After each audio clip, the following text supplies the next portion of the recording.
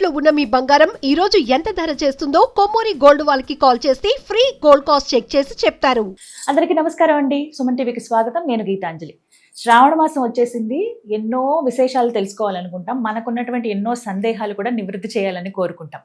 అందులో భాగంగా అసలు ఈ మాసంలో చేయవలసిన చేయకూడని పనులు కావచ్చు, శుక్రవారాలు అసలు మనం ఎలా నియమంగా ఆచరించుకోవాలి, వరలక్ష్మి వ్రతాన్ని ఏ విధంగా ఆచరించాలి, ఇలా ఎన్నో సందేహాలు ఉంటాయి. ఖచ్చితంగా చేయవలసినవి, చేయకూడనివి, వీటన్నిటి గురించి మనకు అవగాహన కల్పించేందుకు ప్రస్తుతం మనతో పాటు ఉన్నారు ఋగ్వేద పండితులు, అలాగే శ్రీ కశ్యప వేద విద్యామందిరం వ్యవస్థాపకులు, అలాగే హిందూ ధర్మక్షేత్రం ఛానల్ ద్వారా మనకు హిందూ ధర్మం పట్ల, అలాగే మన వేదం గురించి, ప్రత్యేకంగా మన శాస్త్రం చెప్తున్నటువంటి ముఖ్యమైన విషయాల పట్ల మనకు అవగాహన కల్పిస్తున్నటువంటి మనతో పాటు ఉన్నారు బ్రహ్మశ్రీ సంతోష్ కుమార్ ఘనపాటి గురువు గారు. వారితో మాట్లాడదాం.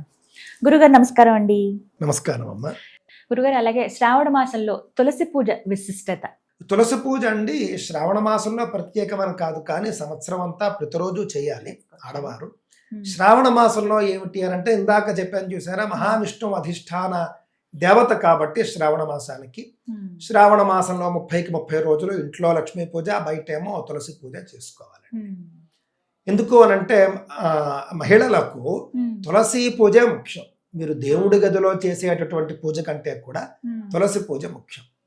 అంటే ఇంటి యజమాని దేవుడి మందిరంలో చెయ్యాలి అని అంటే, అంతే కదండి. ఇంటి యజమాని మగవారు దేవుడి మందిరంలో చేసుకుని, ఆడవారు తులసి చెట్టుకు చేస్తేనండి అసలు ఆ యొక్క లాభం, ఆ యొక్క పాజిటివ్ వైబ్రేషన్. ఇంటి ముందు తులసి పచ్చగా ఉండి కళకళలాడుతోంది, రోజు మీరు షోడశోపచార పూజ చేసుకుంటున్నారు అని అంటే కనుక, తులసి చెట్టు ఏ ఇంటి బయట అయితే ఉంటుందో, తులసిని ఏ ఇంటి బయట అయితే పూజిస్తూ ఉంటారో అక్కడికి జ్యేష్ఠాదేవి రాదుటండి. జ్యేష్ఠాదేవి అంటే ఎవరో తెలుసు, దరిద్ర దేవత. ఈ దరిద్ర దేవత తులసి పూజ జరిగేటటువంటి ఇంటికి రాదు. మనం తులసి పూజ మానివేయడం వల్ల ఇంట్లో దరిద్రం వస్తుంది. దరిద్రం అంటే కేవలం డబ్బు లేకపోవడం కాదు, ఐశ్వర్యం అంటే కేవలం డబ్బు ఉండడం కాదు, దృష్టిలో పెట్టుకో. అష్టైశ్వర్యాలు అని అంటారు. అష్టైశ్వర్యాలు డబ్బు ఉండడం ఒకటి. అందులో మీరు సంతోషంగా ఉండడం, మంచి మంచి బట్టలు కలిగి ఉండడం, ఆరోగ్యం ఉండడం, అదే విధంగా మీకు దాసదాసి జనం ఉండడం, బంధుమిత్రులు ఉండడం, వైభవం ఉండడం, వైభోగం ఉండడం, మీరు తింటే అరగడం, పడుకుంటే నిద్ర పట్టడం, అనారోగ్యం లేకపోవడం, ఇవన్నీ కూడా ఐశ్వర్యాలండి. విద్య, మంచి విద్య, రాజ సన్మానం, ఇవన్నీ ఉండాలి మనకి. కేవలం మీ అకౌంట్లో కోట్ల రూపాయలు, లక్షల రూపాయలు ఉండిపోయింటే మీకు ఐశ్వర్యం ఉన్నట్టు కాదు. అవి అనుభవించే యోగం లేకపోతే ఐశ్వర్యం ఉన్నట్టా లేనట్ట? చాలా మంది ఇళ్లలో ఉంటాయి, గోల్డ్ డబ్బు ఉంటుంది, అనుభవించడు వీడు. ఏదో పాము పుట్టలో దాచుకుని రక్షిస్తూ ఉంటుంది చూసారా, అదే విధంగా వీడు రక్షించి పోతాడు వీడు. వీడి పిల్లలు మాత్రం అనుభవిస్తారు, వాళ్ళకేమో వీటి విలువ తెలియదు. దాంతో వాళ్ళు ఎడాపెడా ఖర్చు చేసి మొత్తం ఖాళీ చేసేస్తారు. అందువల్ల ఏమిటంటే, సంపాదించే వాళ్ళు ముందు సొంతంగా అనుభవించాలి. అనుభవించి అప్పుడు తరువాత తరాలకు కూడా ఇవ్వాలి మాట అండి. ఇక్కడ మనం ఎందుకు చెప్పుకున్నాము అంటే కనుక, కేవలం డబ్బు ఉంటే మేము బాగున్నాము, కేవలం డబ్బు ఉంటే, ఉన్న డబ్బు అనుభవించే యోగం ఉంటే ఐశ్వర్యం ఉన్నట్టు లెక్క. నీ దగ్గర 1 కోటి రూపాయలు ఉండొచ్చు, కానీ నీకు మంచి ఇల్లు లేకపోతే నువ్వు ఐశ్వర్యవంతుడివి కావు. నీ దగ్గర కోట్ల రూపాయల డబ్బులు ఉండొచ్చు, నీ దగ్గర మంచి వాహనం లేకపోతే నువ్వు ఐశ్వర్యవంతుడు కావు. నీ దగ్గర కోట్ల రూపాయల డబ్బులు ఉన్నా మంచి బట్టలు నువ్వు కట్టుకోకపోతే నువ్వు ఐశ్వర్యవంతుడు కాదు. మంచి ఆహారం నువ్వు తీసుకోలేకపోతే ఐశ్వర్యవంతుడు కాదు. నీ దగ్గర ఎంత డబ్బు ఉన్నా, నీతో కలిసి చుట్టుపక్కల నీతో కలిసి ఉండేటటువంటి, నీతో కలిసి జీవించేటటువంటి జనం లేకపోతే, మిత్రులో, బంధువులో, కుటుంబ సభ్యులు ఎవరో లేకపోతే నువ్వు అక్కడ ఏం చేస్తావు నీ డబ్బుతో? ఇవన్నీ కూడా మనం దృష్టిలో పెట్టుకుని, ఈ యొక్క ఐశ్వర్యం ఉండడము అంటే ఇవన్నీ ఉండాలి అని కూడా మీరు అనుకోవాలి. ఎందుకు చెప్పానంటేనండి ఈ మాట, ఇందాక తులసి చెట్టు గురించి మనం మాట్లాడుకుంటూ, తులసి చెట్టు ఇంటి బయట పూజించబడితే ఇవన్నీ ఉంటాయి అని చెప్పేసి, అంటే దరిద్ర దేవత రాకపోతే ఇవన్నీ ఉంటాయి, మహాలక్ష్మి ఉంటుంది. సరే, బానే ఉందండి, మీరు ఇవన్నీ బానే చెప్తున్నారు. ఎలన్ మస్క్ తులసీదేవిని పూజిస్తూ ఉన్నాడా, లేకపోతే బిల్ గేట్స్ పూజిస్తున్నాడా అంటే, నేను గతంలో కూడా నేను చెప్పడం జరిగిందండి. వాళ్ళెవరూ పూజించకపోయినప్పటికీ కూడా మనం పూజించాలి. ఎందుకు అనంటే, వాళ్ళు ఏ జన్మలోనో వాళ్ళు ఎప్పుడో మహాపుణ్యం చేసుకుని ఉన్నారు కాబట్టి వాళ్ళ దగ్గర డబ్బు ఉంది, ఐశ్వర్యం ఉందో లేదో తెలియదు మనకి. మనం ఇందాక చెప్పుకున్న అన్ని లక్షణాలు వాళ్ళ దగ్గర ఉన్నాయని మనం చెప్పగలమా? తెలియదు.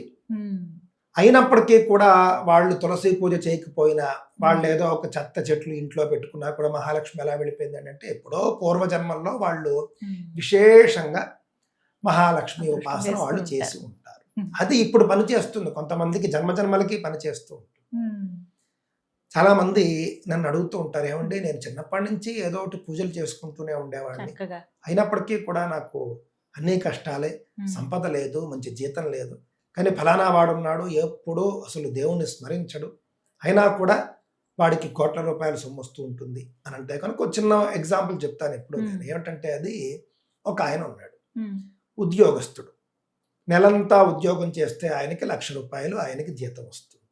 ఇంకొక ఆయన ఉన్నాడు, ఏ ఉద్యోగము చేయడు, కానీ అతడికి అప్పటికే ఉన్నటువంటి కొన్ని బిల్డింగులు, షాపులు అద్దెకిచ్చుకుంటాడు, ఆయనకి నెలకి 5 లక్షలు వస్తుంది.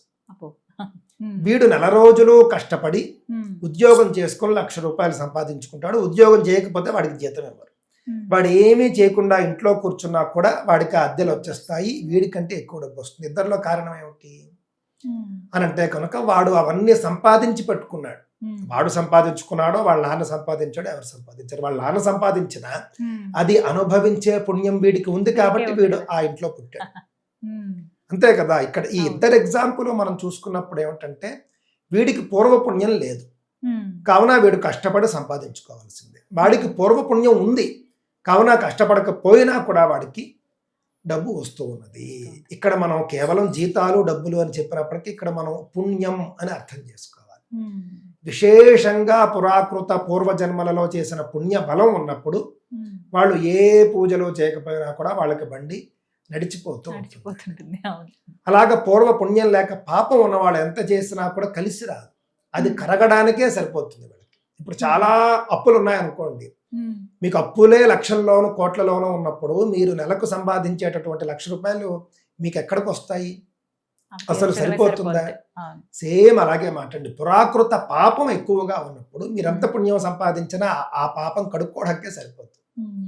కావున ఎప్పుడు పుణ్య సముపార్జన చేస్తూ ఉండాలి. వాడలా ఉన్నాడా వీడెలా ఉన్నాడా అని కాకుండా తులసి పూజ మొదలైనటువంటి పూజలు మీరు రోజు కర్తవ్యంగా చేసుకుంటూ వెళ్ళిపోతే మీ పురాకృతం అంతా కరిగిపోయి మీరు చేసుకున్న పుణ్యాన్ని మీరు అనుభవించేటటువంటి టైం మీకు వచ్చినప్పుడు బ్రహ్మాండంగా మీరు అనుభవిస్తారు.